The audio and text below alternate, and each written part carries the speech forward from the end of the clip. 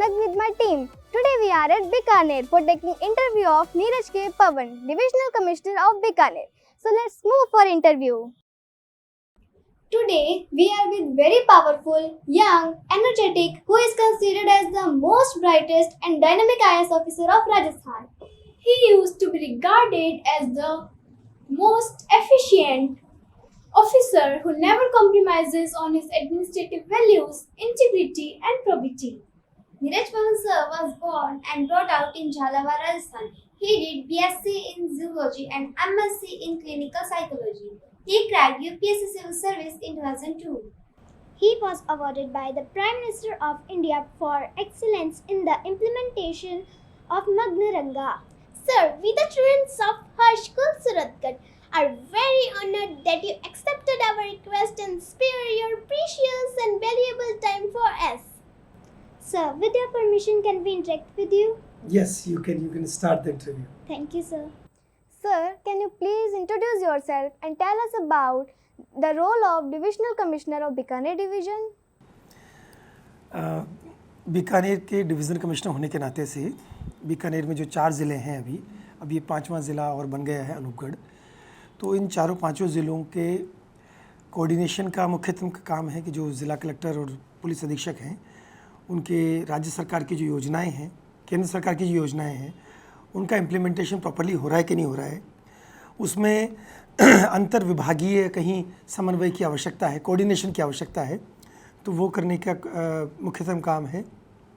और सबसे महत्वपूर्ण चीज़ ये है कि पूरे संभाग में कहीं पर भी कोई लॉ एंड ऑर्डर सिचुएशन अगर क्रिएट होती है तो वहाँ के जो स्थानीय पुलिस अधिकारी अगर आईजी से कोई मदद चाहिए तो उसको इंक्लूड करके सब जगह पूरे संभाग के चारों पांचों ज़िलों में शांति बनी रहे, राज्य सरकार की योजनाओं का अच्छे से इम्प्लीमेंटेशन हो और आम आदमी तक जो सरकार की मंशा होती है कि आम आदमी को लाभ मिले विभिन्न प्रकार की योजनाओं से, तो उस आम आदमी तक उन योजनाओं का लाभ पहुंच सके, इसको सुनिश्चित करना। Sir, what are some of the major development projects or initiatives that have been implemented in Bikaner Division? Bikaner division में सरकार ने अब की बार बहुत सारी ऐसी जो बिल्कुल जनता की आवश्यकता वाली चीज़ें थी उनको पूरा किया है। जैसे आपको ध्यान होगा कि बीकानेर में रेलवे की फाटकों की बड़ी समस्या है, तो उसका समाधान के लिए तीनों जगह पर रानी बाज़ार में अंडरपास बन रहा है और बजट घोषणा में सांखला फाटक और कोर्ट गेट दोनों पर ओवरब्रिज का डिक्लेरेशन हो चुका है। तो ये बहुत बड़ी डिमांड थी जो 50 साल से बीकानेर के लिए एक समस्या थी, तो उसका एक समाधान हुआ है। उसके अलावा गंगानगर और हनुमानगढ़ चूँकि नहरी क्षेत्र है काफ़ी और नहर के पानी से इस पूरे इलाके को सरसब्ज माना गया है, तो गंगानगर और हनुमानगढ़ में काफ़ी सारे खाले और नाले बनाने का डिक्लेरेशन हुआ है। उसके अलावा जो लगभग 50-60 साल से जो मेन कैनाल है जिसकी लाइनिंग नहीं हुई थी और वो काफ़ी टूट गई थी, कई जगह से पानी रिसता था, काफ़ी नुकसान होता था, तो पिछले 2-3 साल में लगातार उस मेन कैनाल की रीलाइनिंग का काम हुआ है। तो उससे काफ़ी पानी आगे के टेल तक के लोगों को पीने का भी मिलेगा और फसल के लिए भी मिलेगा, तो उससे काफ़ी अच्छा इस पूरे क्षेत्र के लिए होने वाला है। हमें विश्वास है कि पिछले 4-5 साल में काफ़ी सारी ऐसी योजनाएं, जैसे अभी ये MRC आया था, महंगाई राहत कैंप, जो अभी भी 30 जून तक चलेंगे, जिसमें काफ़ी सारी योजनाओं का लाभ आम व्यक्ति तक, आम जनता तक पहुंचने का काम हुआ है। और राज्य सरकार की काफ़ी सारी ऐसी योजनाएं हैं जिन योजनाओं के माध्यम से आम जनता को काफ़ी लाभ मिला है, महंगाई से राहत मिली है, और वो सुनिश्चित करना हमारा काम है कि आम आदमी तक वो योजना का लाभ पहुंच जाए। Could you share some examples of successful initiatives or programs implemented to address the needs of local community in Bikaner Division? अब अच्छा आपने प्रश्न पूछा है कि आम जनता के लिए सरकार के पास और हमारे प्रशासनिक अधिकारियों द्वारा क्या नए इनिशिएटिव्स लिए गए हैं। जैसे आपने देखा होगा, आप सूरतगढ़ से आए हो तो रास्ते में जो उर्मुल सर्किल है उस सर्किल को काफ़ी चौड़ा कर दिया है, रास्ते काफ़ी ठीक हो चुके हैं, सड़कें नई बना दी गई हैं, कई योजनाओं के माध्यम से जो गरीब आदमी हैं उसको चाहे नरेगा में काम मिलना हो, जो नई योजना भी आई है जिसमें शहरों में भी उसी तर्ज पर काम दिया जा रहा है, तो वो पूरे देश में यूनिक इनिशिएटिव है जिसमें इंदिरा गांधी शहरी रोजगार योजना के माध्यम से उसमें शहरों में भी लोगों को काम दिया जा रहा है। उसमें काफ़ी सारे शहर हमारे, उनमें दीवारों की पेंटिंग हो गई है, साफ़ सफाई हो गई है, एक्स्ट्रा पैसा मिलने से दीवारों को पूरे शहर को चमका दिया गया है। तो काफ़ी सारी चीज़ें ऐसी हो पाई हैं जो कि पहले नहीं थी, वो यूनिक है। इस सरकार ने उनको योजना के रूप में लेके आए और हमारे अधिकारियों ने उसको इम्प्लीमेंट किया और वो आप देख रहे हैं काफ़ी अच्छा सा हो पाया। 8 रुपये में इतना बढ़िया खाना इंदिरा गांधी रसोई योजना के माध्यम से मिलता है। इंदिरा रसोई योजना के माध्यम से मात्र 8 रुपये में कोई गरीब आदमी आता है तो उसको अब उस योजना को जो बड़े कस्बे हैं, जो गांव हैं, वहाँ भी एक्सटेंड कर दिया गया है। तो मुझे विश्वास है कि काफ़ी सारी योजना ऐसी हैं जिनसे आम आदमी को लाभ मिल रहा है। सबसे बड़ी चिरंजीवी योजना के माध्यम से 25 लाख रुपए तक का, आई रिपीट 25 लाख रुपए तक का बीमा एक आदमी का हुआ है और ये सबके लिए मिला लाभ। अधिकांश 99% लोगों को इसका लाभ मिला है। तो मुझे विश्वास है कि इससे काफ़ी लोग लाभान्वित हुए होंगे। और जिन बेटियों को ये मानते थे कि बीमार पड़ जाए तो बेटे का तो इलाज करा देंगे, बेटी का इलाज नहीं कराते थे, इस योजना के माध्यम से हमारी चूँकि मुफ्त में इलाज हो रहा है, पूरा OPD IPD अस्पताल में कोई भी आता है तो वो बिल्कुल खाली हाथ हिलाता हुआ आएगा और उसको खाली बिल्कुल आराम बिना पैसे दिए हुए पूरा इलाज उसका होगा। और ये सभी अस्पतालों में, इवन जो एम्पेनल्ड प्राइवेट हॉस्पिटल्स हैं, जैसे मैं गंगानगर में अभी एक बड़ा सा मेडिकल कॉलेज देखने गया था, प्राइवेट था, वहाँ भी आम आदमी का इलाज मुफ्त में, चूँकि वो चिरंजीवी योजना में एम्पेनल्ड है तो वो मुफ्त में वो इलाज हो रहा है। तो काफ़ी सारी योजना है जिनसे लाभ आम जनता को मिला है। What are the some key responsibilities and challenges you face in your role? सबसे महत्वपूर्ण तो चारों पांचों जिलों में राजकीय योजनाओं का आम आदमी तक पहुंचाना सुनिश्चित करना है।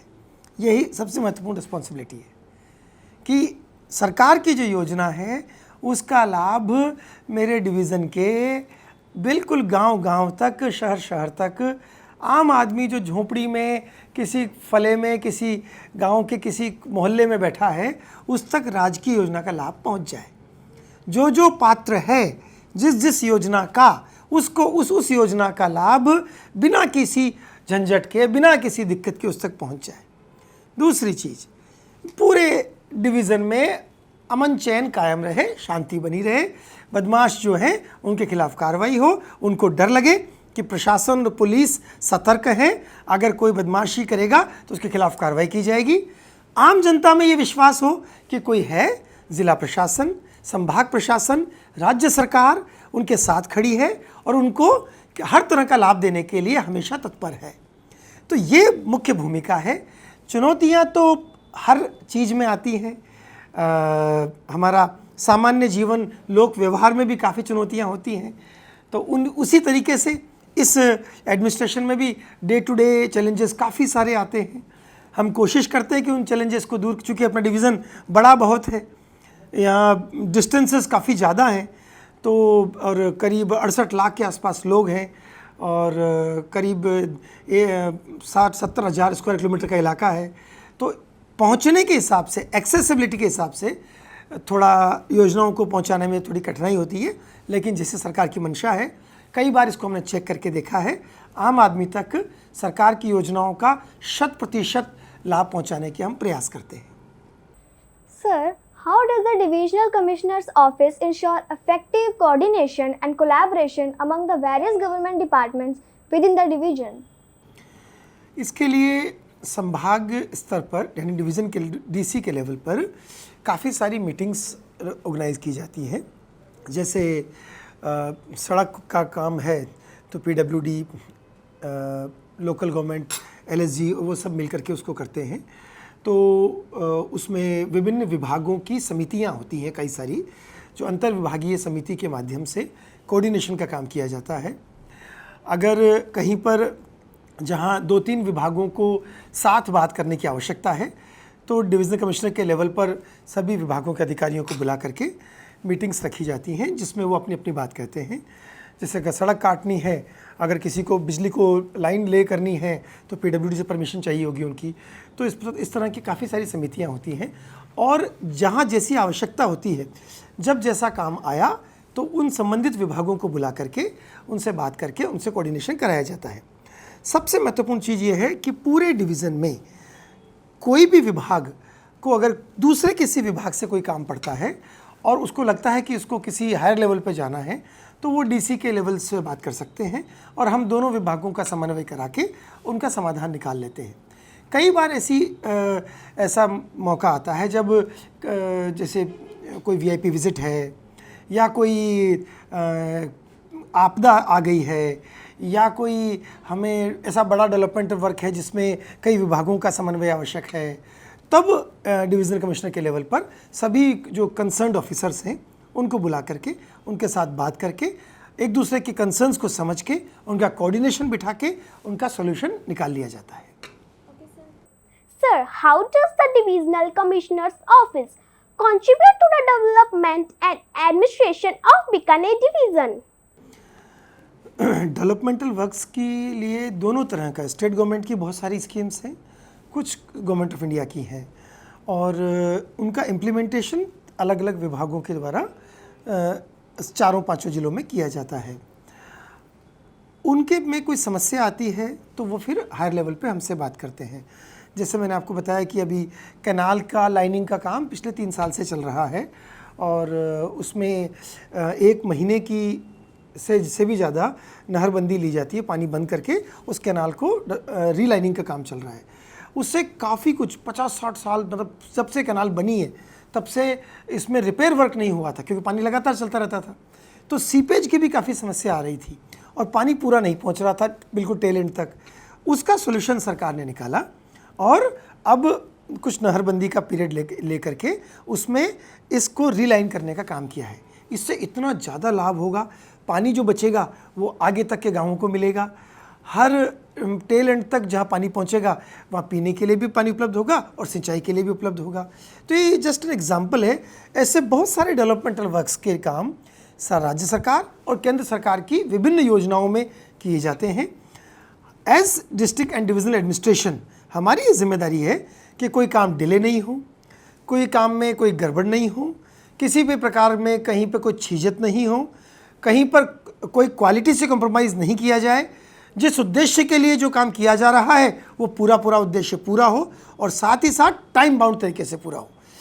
योजनाएं, बजट घोषणाएं और विभिन्न प्रकार की स्कीम्स के माध्यम से 4-5 जिलों में लगातार काम चलता है, लगातार सारे विभाग काम कर रहे होते हैं। उनकी मॉनिटरिंग, उनका सुपरविजन और कोऑर्डिनेशन वो हमारे द्वारा किया जाता है। Sir, please tell us about your 2 strengths and 2 weaknesses. Strength, पहले वीकनेस से शुरू करते हैं। वीकनेस मेरे को लगता है कि थोड़ा सी इमोशनल हम ज़्यादा हैं। इतने 20 साल के करियर में काफ़ी चीज़ें देखी, काफ़ी ट्रांसफॉर्मेशन भी हुए, लेकिन फिर भी अगर कोई अपनी बात मुझसे कह रहा है तो मुझे लगता है कि थोड़े इमोशनल हम ज़्यादा हैं। एक दूसरा, जो मेरे सामने है उसके लिए हम टूट करके बस उसी काम के पीछे पड़ जाते हैं। ये स्ट्रेंथ भी हो सकती है, वीकनेस भी हो सकती है। और अगर मैं खुद की स्ट्रेंथ्स की बात करूं तो डेडिकेशन एंड कमिटमेंट, ये हाईएस्ट लेवल का मैं रखने का एस्पायर करता हूं, कोशिश करता हूं कि टूट के काम किया जाए, और इतना टूट के कि रिज़ल्ट फाइनली आएगा ही आएगा। मेहनत बहुत सारी की जाए, जितना आपसे अपेक्षित है उससे दुगनी तिगनी की जाए। आपको कोई पूछ नहीं रहा है, आपसे कह नहीं रहा है, तो भी अपने मन से किया जाए। और आखिरी चीज़ डिसिप्लिन, खुद का डिसिप्लिन खुद रखा जाए, मेंटेन किया जाए, और दैट टू लगातार किया जाए, ताकि सही काम लगातार हो सके। Sir, please share your 2 good experiences and 2 bad experiences for which you regret. Again bad experience से शुरू करते हैं। बैड एक्सपीरियंस भी लगातार होते ही रहते हैं। आपने कोई प्रयास किया और वो सफल नहीं हुआ, वो बैड एक्सपीरियंस हुआ। आपने सोचा कि मैं इस काम को इस तरीके से इतने समय में पूरा कर लूँगा, वो नहीं हो पाया। Again bad experience. Good experiences भी होते हैं काफ़ी सारे, जब आपको कोई जिम्मेदारी दी गई और आपने उसको सफलतापूर्वक निर्वहन किया, चाहे वो गुजर आंदोलन का मैटर हो, चाहे चैलेंजेस तो लगातार आते हैं। डेली कोई ना कोई टास्क, हर व्यक्ति एक टास्क है, हर फाइल एक टास्क है, और उस टास्क को आपको रोज़ पूरा करना है। हर पल लम्हा आपको साबित करके दिखाना है कि हाँ, आप अभी भी उतने ही वाइब्रेंट हैं। तो इन जनरल मेरे को ये लगता है कि पिछले 20 साल में हम ये कोशिश कर पाए कि उन लोगों की दिलों में जगह बन पाई जिनको मैं जानता भी नहीं, जिनको मैं कभी किसी काम के सिलसिले मिला होगा, उनको मैं भरतपुर, करौली, पाली छोड़े हुए बरस हो चुके हैं, अभी भी वो लोग याद करते हैं। ये मेरे लिए बड़े अच्छे एक्सपीरियंसेस में शामिल है। और अपने सीनियर हायर अथॉरिटीज़ के द्वारा जब अप्रिसिएशन मिलता है कि आपको कोई टास्क में दिया गया, आपने उसको सॉल्व कर दिया, आपने उसको परफॉर्म करके दिखाया, और ऊपर से ये कहा जाए कि अगर नीरज है तो भरोसा है कि हो जाएगा, तो वो अच्छा लगता है। इस तरह के अच्छे और बुरे दोनों अनुभवों का एक मिक्सचर जैसे आम जीवन में होता है, वैसे ही शासन प्रशासन में चूँकि मौके थोड़े ज़्यादा होते हैं, चैलेंजेस ज़्यादा होते हैं, इसीलिए सफलताएं और विफलताएं, सक्सेस एंड फेलियर्स, ये दोनों की संख्या ज़्यादा होती है। सक्सेस भी बहुत सारी नज़र आएंगी आपको और फेलियर्स भी बड़े सारे नज़र आएंगे। उनके बीच में से ही कहीं निकल करके आपको जाना है, और अंतिम उद्देश्य जीवन का यही कि आपके होने से अगर किसी के जीवन में आप खुशियाँ ला सकते हैं, कुछ अच्छी बात कर सकते हैं। जैसे बाहर आप जाएंगे तो आप देखा मिलेगा आपको कि मैंने अपना मोटो बना रखा था, अभी भी वही है कि हो सकता है कि मैं आपकी समस्त समस्याओं का समाधान नहीं कर पाऊँ, किंतु आपके चेहरे पर मुस्कान लाने की पुरजोर कोशिश अवश्य करूँगा। हम कोशिश करेंगे कि आप जिस काम से आए, हो सकता है वो मेरी लीगल नहीं हो, मैं नहीं कर पाऊँ, पर लेकिन कोशिश करेंगे कि आप मेरे पास आए हो तो खुश होकर के जाओ, संतुष्ट होकर के जाओ। Sir, please give some message for us. Harsh school के सभी बच्चों को मेरी ओर से बहुत बहुत शुभकामनाएं। आप बहुत पढ़ाई करें, खूब खुश रहें। आपके पास अभी अपने अधिकार में सिर्फ मेहनत करना है। सफलता असफलता ईश्वर तय करेगा। जीवन में स्कूल सिर्फ पढ़ाई नहीं कराता, उसके अलावा बहुत कुछ सिखाता है। डिसिप्लिन सिखाता है, आपको एक्स्ट्रा करिकुलर एक्टिविटीज़ में इन्वॉल्व होना सिखाता है, ओवरऑल डेवलपमेंट करता है। इस देश के भावी नागरिक, जिन कांधों पर ये देश निर्भर करेगा, वो देश जिन लोगों से चलेगा, जो आने वाली पीढ़ी तय करेंगे, वो आप में से ही कुछ बच्चे होंगे। तो हर्ष स्कूल के सभी बच्चों को मेरी ओर से बहुत बहुत शुभकामनाएं। आप हमें गर्व करने का मौका देना। आप इतना सफल होना जीवन के किसी भी क्षेत्र में, आप IAS बनो, RAS बनो, टीचर बनो, डॉक्टर बनो, कुछ भी बनो, एक अच्छा इंसान बनना, अच्छा नागरिक बनना, इस देश को चलाने के लिए जो 140 करोड़ का ये जो देश है, इसके भावी नागरिक आप होने जा रहे हैं। तो मुझे विश्वास है कि हर्ष स्कूल से निकले हुए बच्चे जहाँ भी जाएंगे, जिस भी क्षेत्र में काम करेंगे, प्राइवेट बिजनेस करेंगे, कुछ नहीं करेंगे, तो फिर भी जहाँ भी होंगे, जब हमें मिलेंगे तो हमें लगेगा कि हमने एक अच्छे बच्चे का, एक अच्छे व्यक्ति का निर्माण किया है। हर्ष स्कूल के और मेरे डिवीज़न के सभी बच्चों को मेरी ओर से बहुत बहुत शुभकामनाएं। Thank you, sir. We are inspired a lot. We will do hard work and try to become like you. Thank you, sir. We are very grateful to you that you have given us your precious time. Thank you. Thank you.